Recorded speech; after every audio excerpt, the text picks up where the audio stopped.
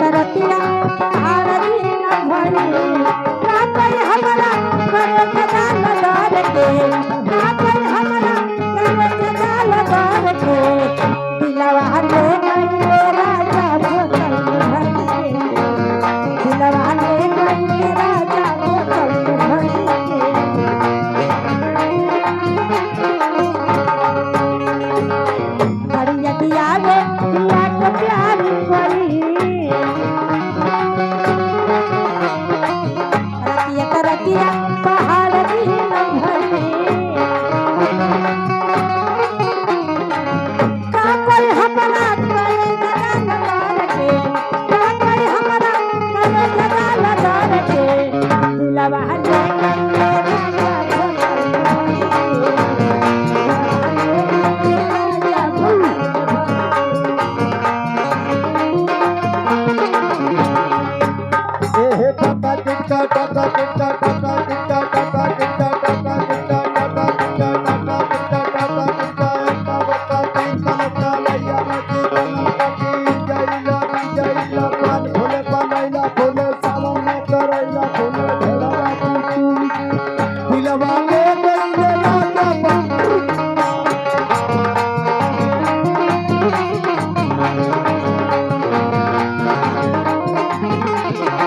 लेकिन ये देखा ये हमारे राजा लोग के तरफ से ये हजारों हजार रुपया का पुरस्कार मिलल बा लेकिन इतने ना ए मास्टर साहेब सरदी में गवना करा बने के दरदी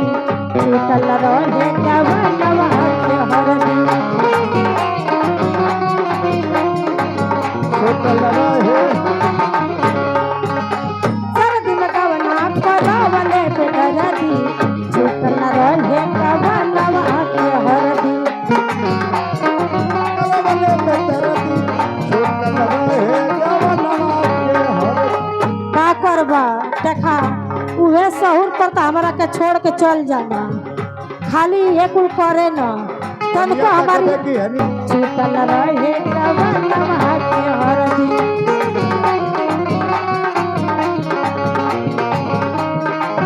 अरे हमारे सागर भैया नाल वादक चार दिन रहल मान रह गइल हार के चार दिन रहल मान रह गइल हार के दिलवा ले गइल राजा बोतल भर के दिलवा ले गइल राजा बोतल भर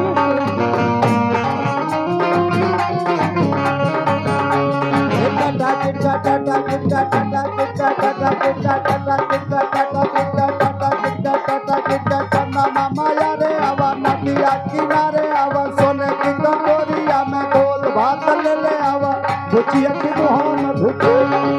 दिलवा ले गई राजा भर के दिलवा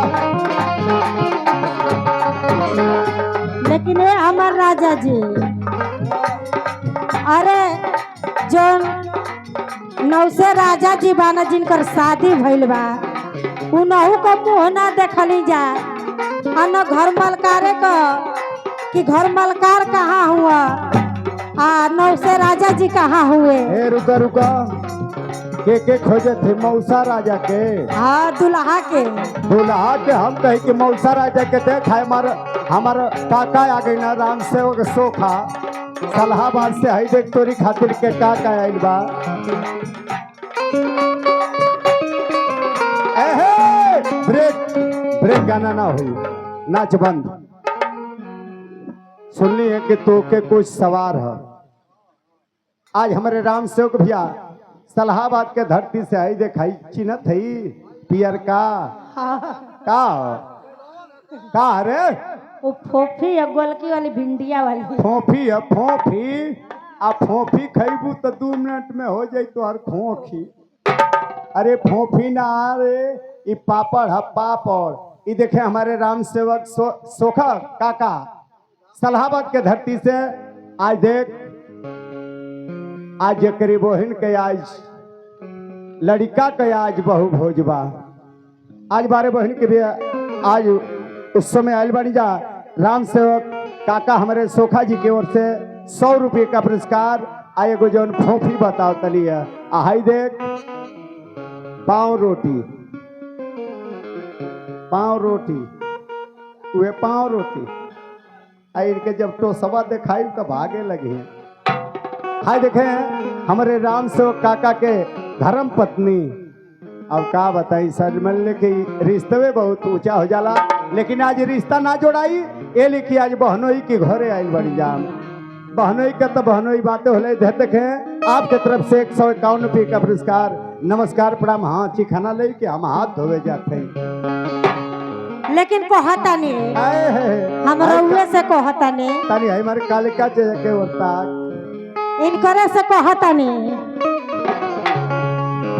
हेलो